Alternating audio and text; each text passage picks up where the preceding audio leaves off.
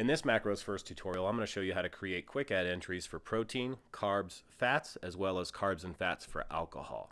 First thing is click on the kitchen tab, the fork and spoon icon in the middle, the plus sign at the top right, and then create food.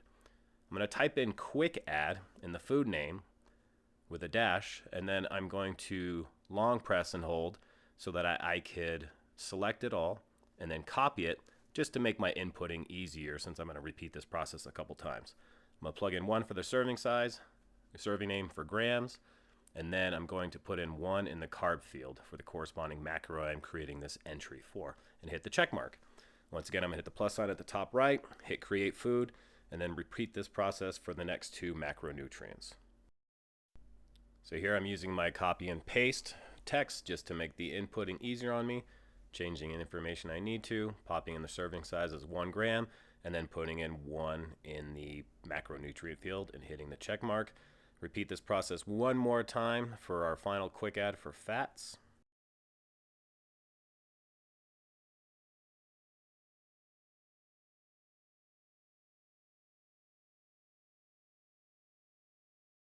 And I prefer to differentiate between quick adds for foods as opposed to quick adds for alcohol. So I like to create separate entries for carbs and fats to log my alcohol so I could determine where those calories and macronutrients were coming from.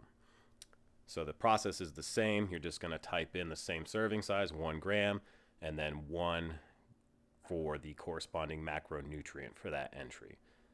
Finish this up with the fat entry.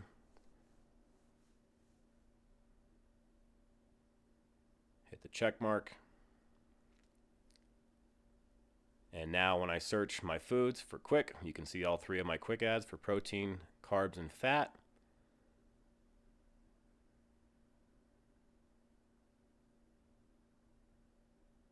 And then alcohol, you see my 2 quick add entries for alcohol.